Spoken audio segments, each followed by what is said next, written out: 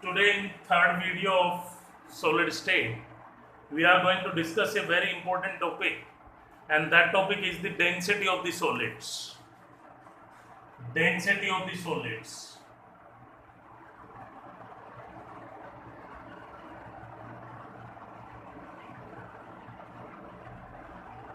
First of all, we have to derive the formula, how to calculate the density of the solids.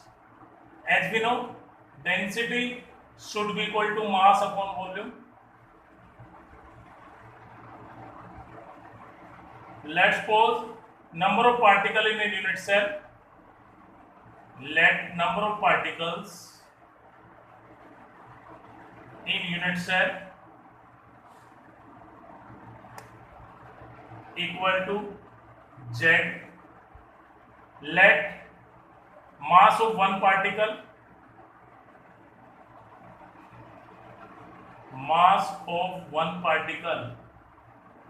is equal to m amu. So in grams it will be m upon Avogadro number of gram. So total mass of unit cell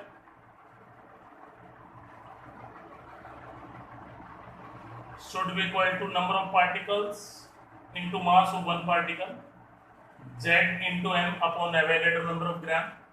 Similarly, let as length of unit cell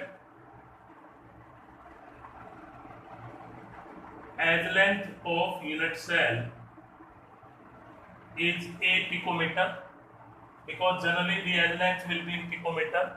So from this we get a into 10 to power minus 12 meter, or a into 10 to power minus 10 centimeter. Now we have to find out the volume of the cube. So volume of cube will be a cube into 10 to power minus 30 centimeter cube. So putting these values here, we will get rho is equal to Z into m upon a cube into 10 to power minus 30 into Avogadro number, if a is in picometer, and if a will be in centimeter, then the formula applied will be rho is equal to Z into m upon a cube into Avogadro number, where rho is the density, Z is the number of particles in a unit cell. For simple cubic, Z will be 1, for BCC, Z will be 2, for FCC, Z will be 4. Now we have to take few numericals on this formula, and it is a very important topic for your board exam. Generally question might be there regarding the density or any other parameter used in this formula. And the first one is, what is density of NaCl? What is density of NaCl? Having FCC arrangement,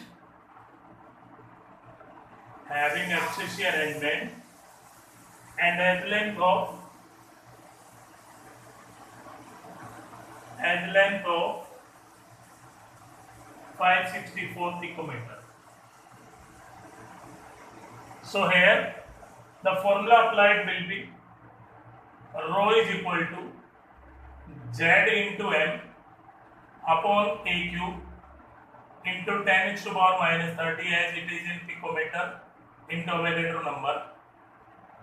For FCC, Z is 4, m is 58.5 gram per mole, a is 564 picometer, Avogadro number is 6.023 into 10 to the power 23. Putting these values in this formula, we will get rho is equal to 4 into 58.5 into 10 to the power 7 over 564 raised to power 3 into 6.023. Now taking logarithm on both sides,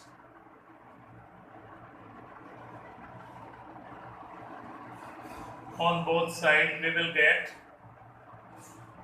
log rho is equal to log of 4.0 into 10 raised to power 0 plus log of 5.85 into 10 raised to power 8 minus 3 log of 5.64 into 10 raised to power 2 minus log of 6.023. After seeing this log table, we will get 0.40 under 0, it will be 0.6021 plus 8.58 under 5, it will be 7672 plus minus 3 into 2.7513 minus 0.7798, and on simplification we will get log rho is equal to 0.3356. Now taking antilog on both sides,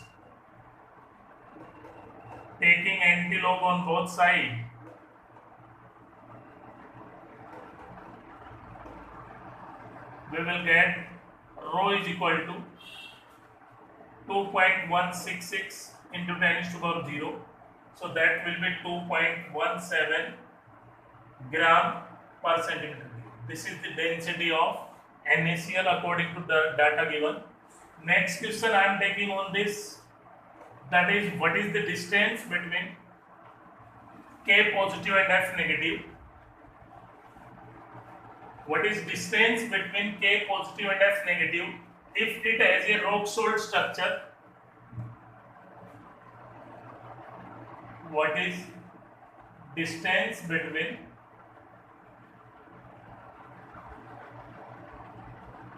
K positive and F negative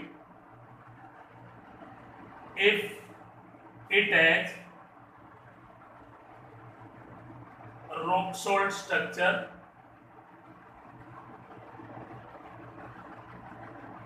and density of 2.48 gram per centimeter. 2.48 gram per centimeter. So for rock salt structure, it should have a NaCl type of structure. So the formula applied will be rho is equal to Z into M over A cube into 10 raised to power minus 30 into Avogadro number. First of all, we have to find out value of A. For that, rho is 2.48, Z is 4, M is 58, A we need to find into 10 raised to power 7 will go upside and 6.02.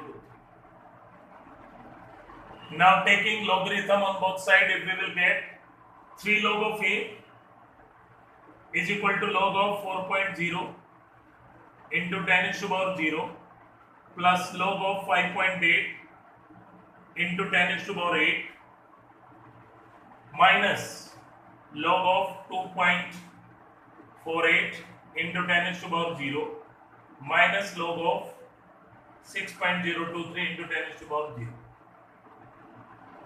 So it comes out to be 3 log of A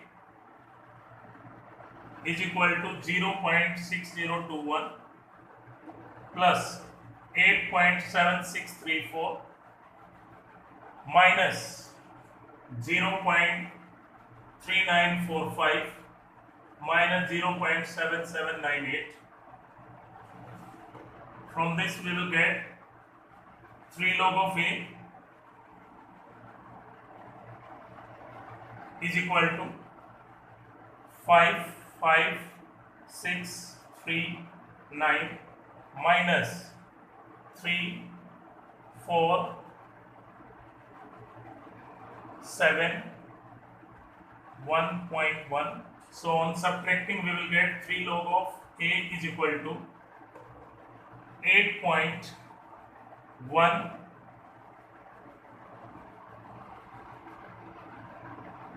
So on subtracting we will get 2, 1, 9, 0, 8. So we will get log A is equal to 2.7 19127.304. So from this, taking antilog, A will be equal to 5.375 into 10 is to power 2. It will be in picometer. So from this, A is equal to 537.5 picometer, and from this, distance between K positive and F negative will be A by 2, and that will be 268.75 picometer. So far I have discussed two numericals, and there might be 30 to 40 numericals like this in your book. So if any doubt is there, then you can send your doubt through my WhatsApp number 97280-35202. You have to practice it itself. It is a easy concept, and generally there might be 3 marks question in your exam.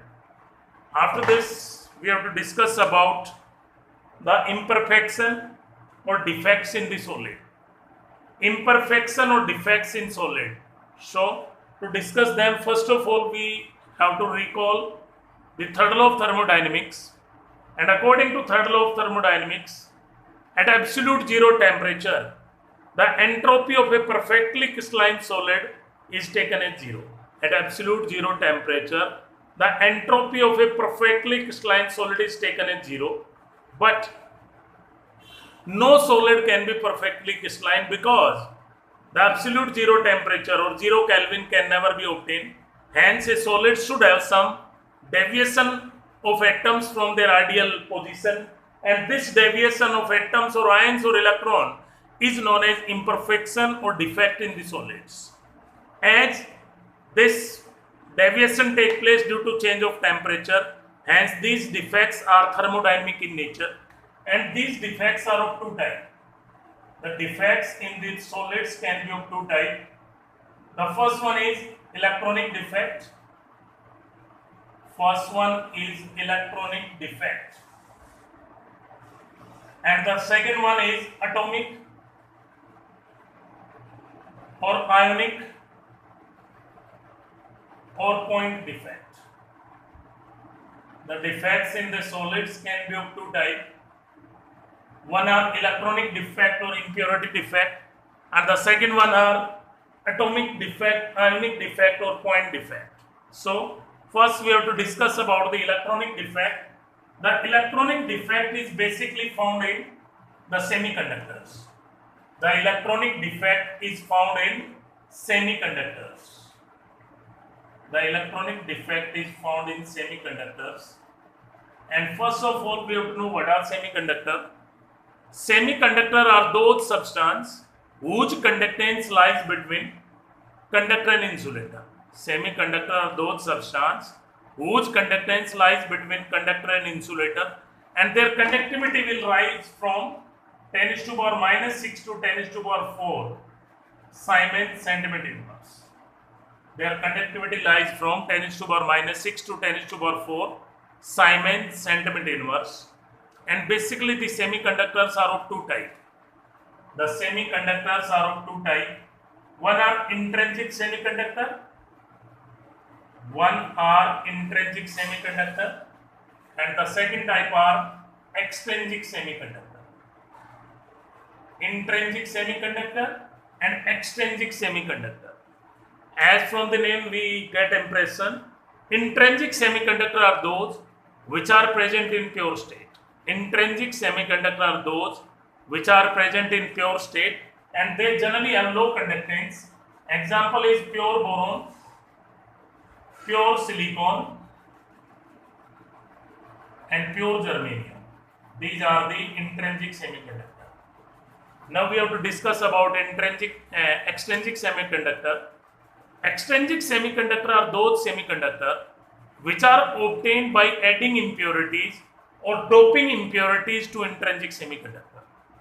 Extrinsic semiconductor are obtained by doping impurities to the intrinsic semiconductor, and these impurities are doped to increase their conductivity. And basically, on basis of addition of impurities, they are of two types. One are N-type and the second one are P-type. N-type and P-type. The N-type semiconductor are formed by adding higher valent impurities to the lower valent semiconductor. N-type semiconductor are obtained by adding group 15 or group 16 impurities to group 14 element, or group 14 element impurities to group 13 element. For example, if boron is doped with silicon, then we will get N-type of semiconductor. Germanium is doped with arsenic, then we will get N-type of semiconductor. Silicon is doped with phosphorus, then we will get N-type of semiconductor. And in them, the charge carrier are electrons. In them, charge carrier are electron, but overall they have no charge. Now we have to discuss about P-type. P-type are formed when lower valent element are added as impurities to higher valent semiconductor. For example, if gallium is doped to germanium, then we will get P-type of semiconductor. Similarly, if thallium is doped to silicon, then we will get P-type of semiconductor. And in P-type semiconductor, the charge carrier are holes. In P-type of semiconductor, the charge carrier are holes, and overall they also have no charge. After this, we have to discuss about the point defect or atomic defect or ionic defect. The defect due to change of position of atoms or ions is known as atomic defect, point defect or ionic defect. And the point defect can be of two types. One is stoichiometric defect.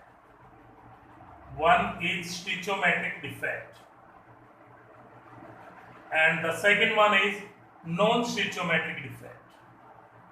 Stoichiometric defect and non-stoichiometric defect.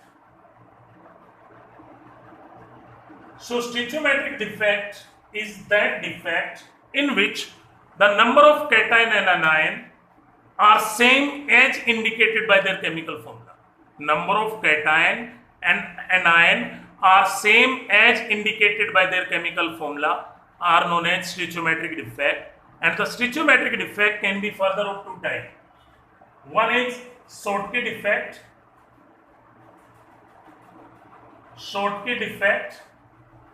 and the second one is Frankel defect.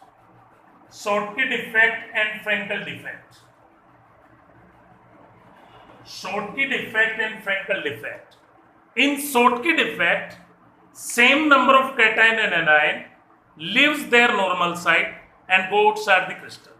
In Schottky defect, same number of cation and anion leaves their normal site and go outside the crystal is known as Schottky defect.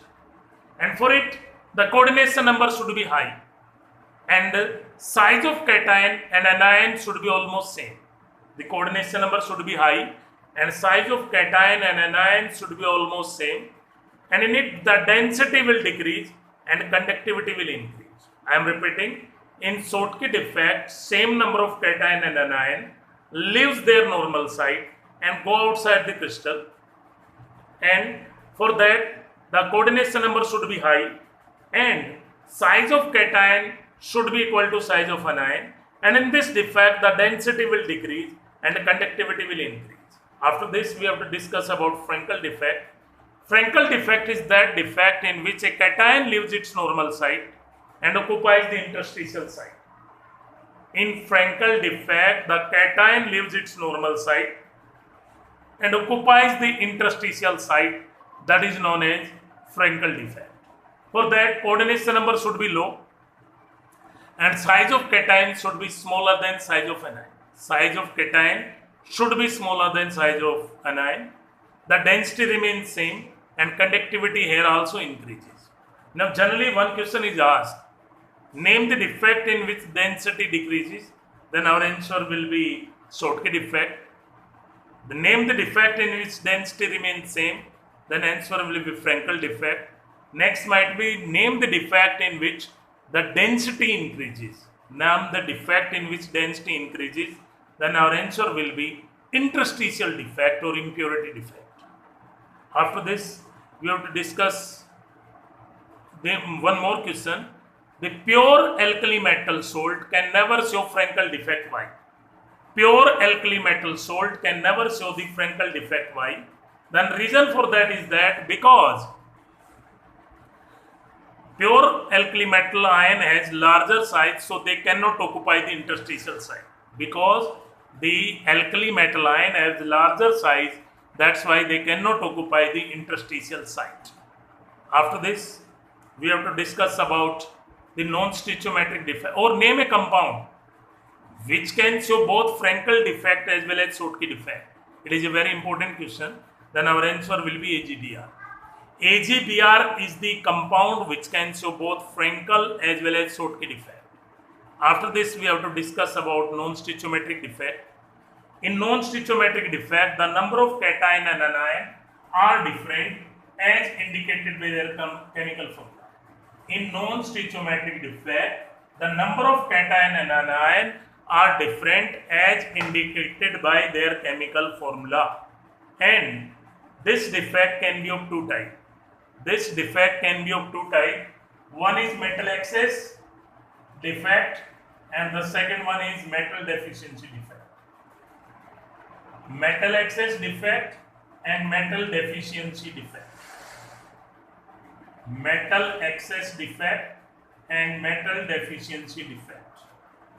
The non-stoichiometric defect can be of two types, metal excess and metal deficiency. From the name we are getting impression in metal excess, number of cation are greater than number of anion. In metal excess defect, the number of cation are greater than number of anions, that is known as metal excess defect. And in metal excess defect, it can take place in two ways. It can take place in two ways.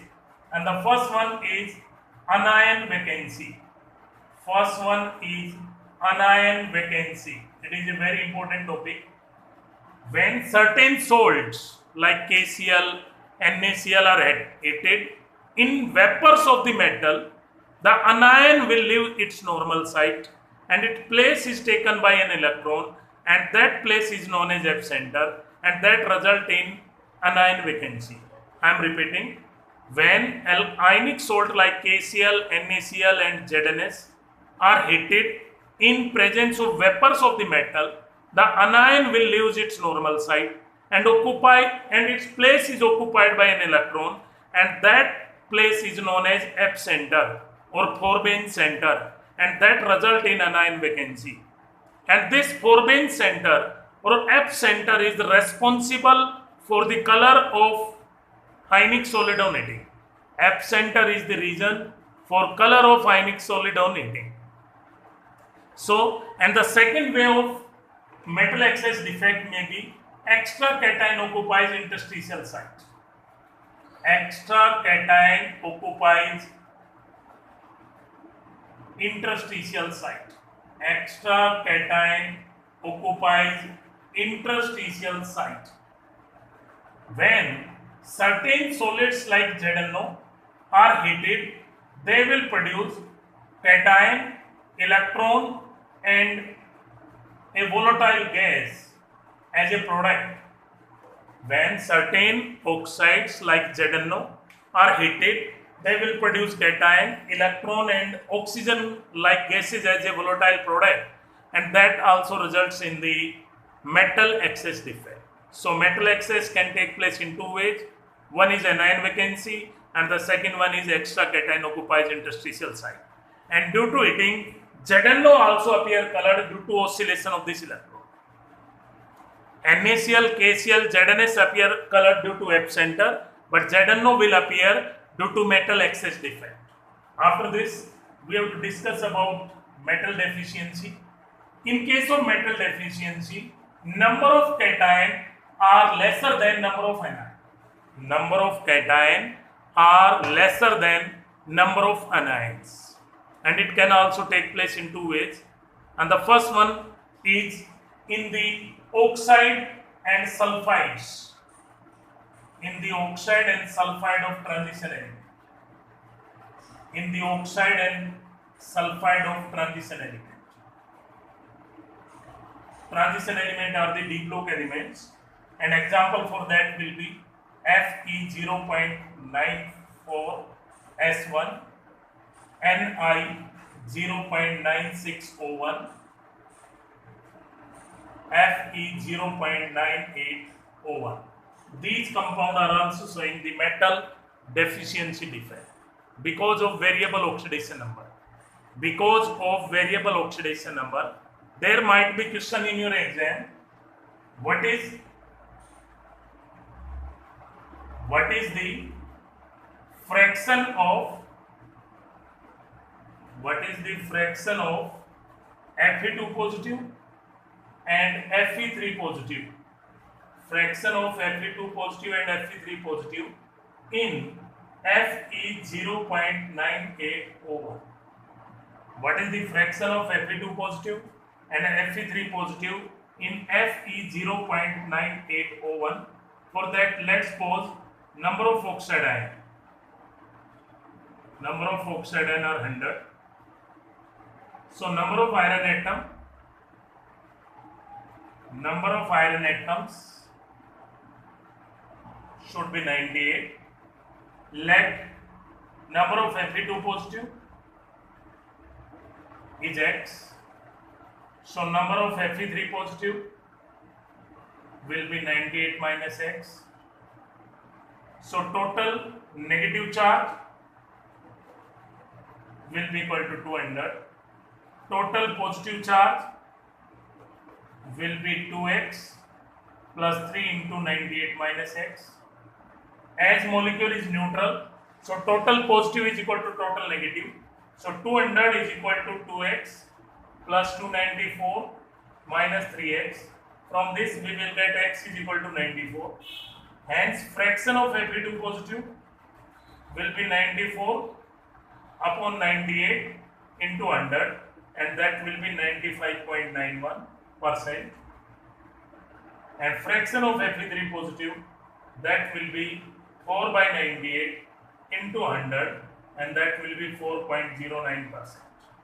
In this way you can show linear numerical.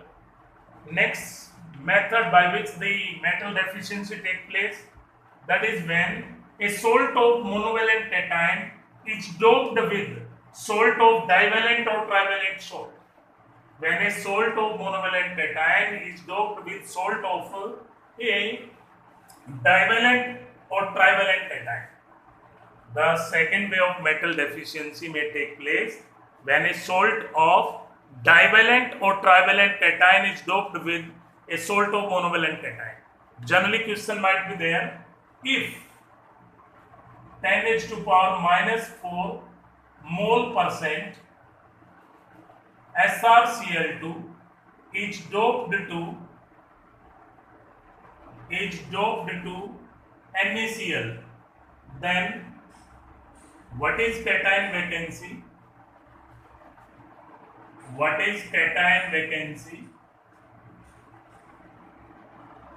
per atom of sodium? Cation vacancy per atom of sodium. So we can solve like this. Percent means 100. For 100 mole of NaCl, moles of SrCl2 will be 10 to the power minus 4. For 1 mole, that will be 10 to the power minus 6 mole. So cation vacancy is equal to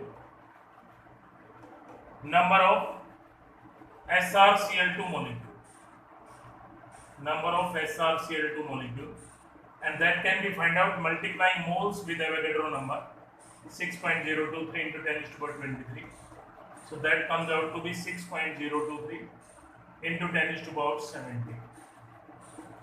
I hope you understand this numerical. After this, we have to discuss about classification of solids on basis of their physical properties, And the first physical property on basis of which we are going to discuss, and that is conductivity. On basis of conductivity, the solids can be of four types. On basis of conductivity, the solids can be of four types. The first one are known as conductors. Second one are insulator.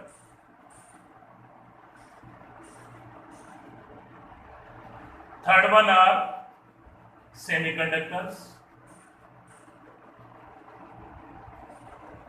Fourth one are superconductors. On basis of conductivity, the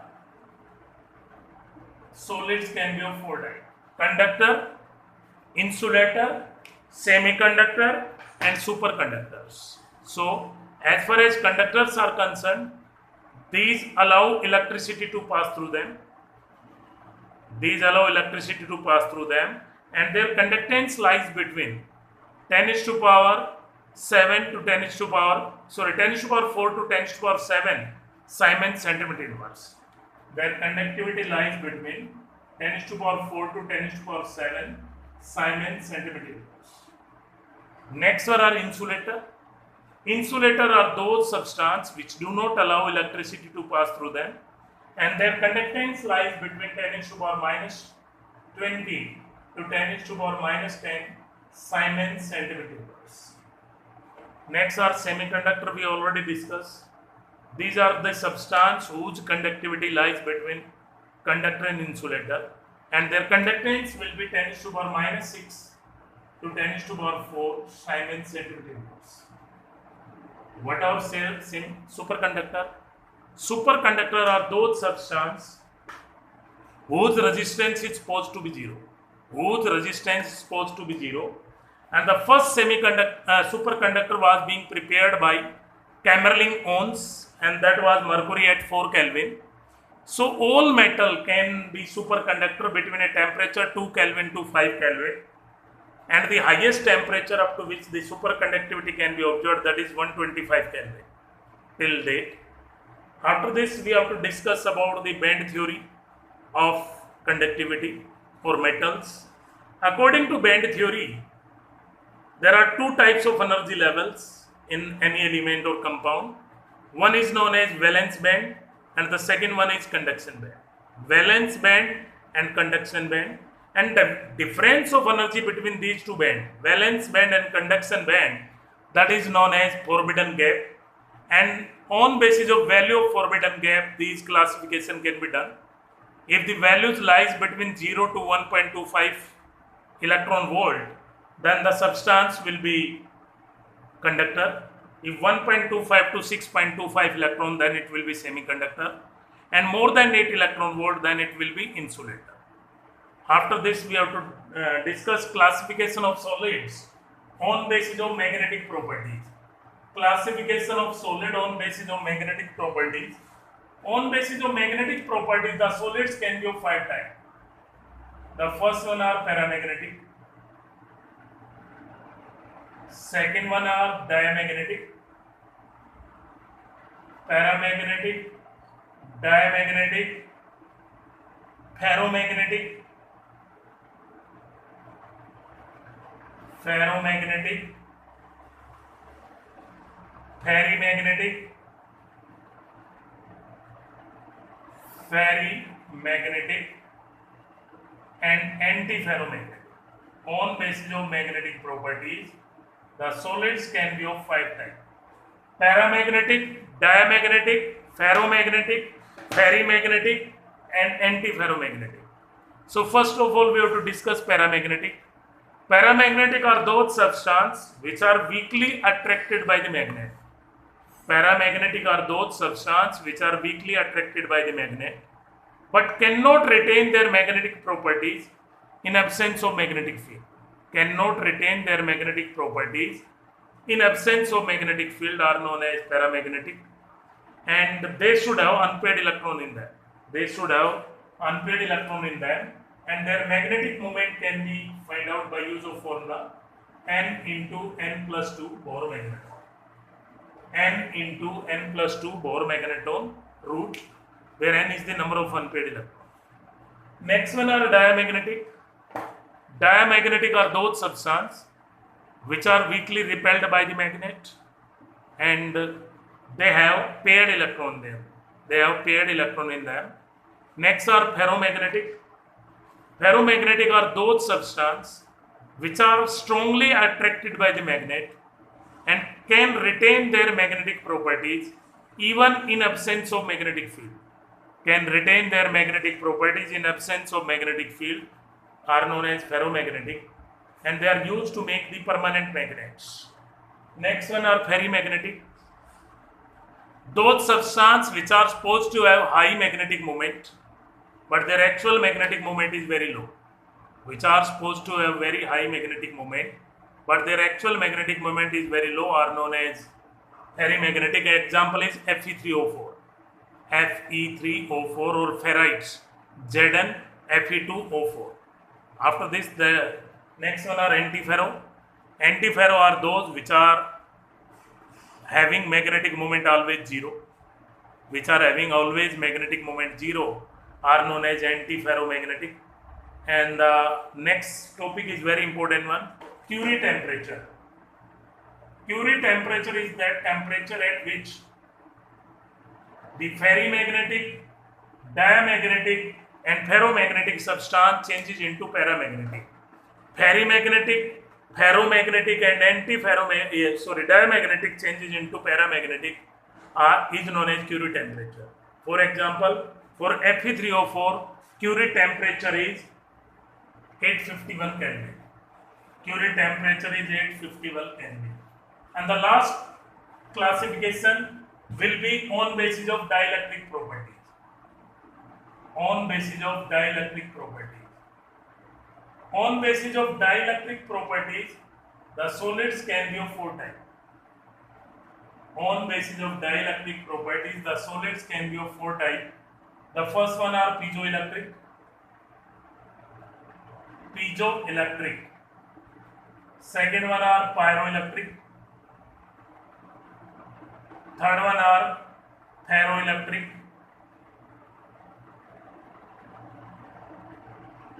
And fourth one are antiferroelectric. On basis of dielectric properties, solid can be of four types. Piezoelectric are those substances which produce electricity on applying mechanical stress or pressure. Those substances which produce electricity on applying mechanical stress or pressure are known as piezoelectric, or we can say that those substances which have zero dipole moment in absence of electric field, but some resultant dipole moment in presence of electric field are known as piezoelectric. Example is Roseal salt, barium titanate. Next one are pyro. Pyroelectric are those substances which produce electricity on netting. Those substances which produce electricity on netting are known as pyroelectric. Example is quartz. Next one are ferroelectric. Those substances whose dipole moment is always greater than zero. Those substances whose dipole moment is always greater than zero are known as pyroelectric, and example of that is quartz and Roseal salt. All ferroelectric are piezoelectric, but all piezo are not ferro. And the last one are antiferro. Those substances whose dipole moment is always zero. Whose dipole moment is always zero. With this, we comes to end of solid state. Tomorrow we will discuss few more things for the competitive exams point of view, like the symmetry element, laws of crystallography, Miller indices, and glass and silicate. Till then, thank you. Stay connected, stay healthy.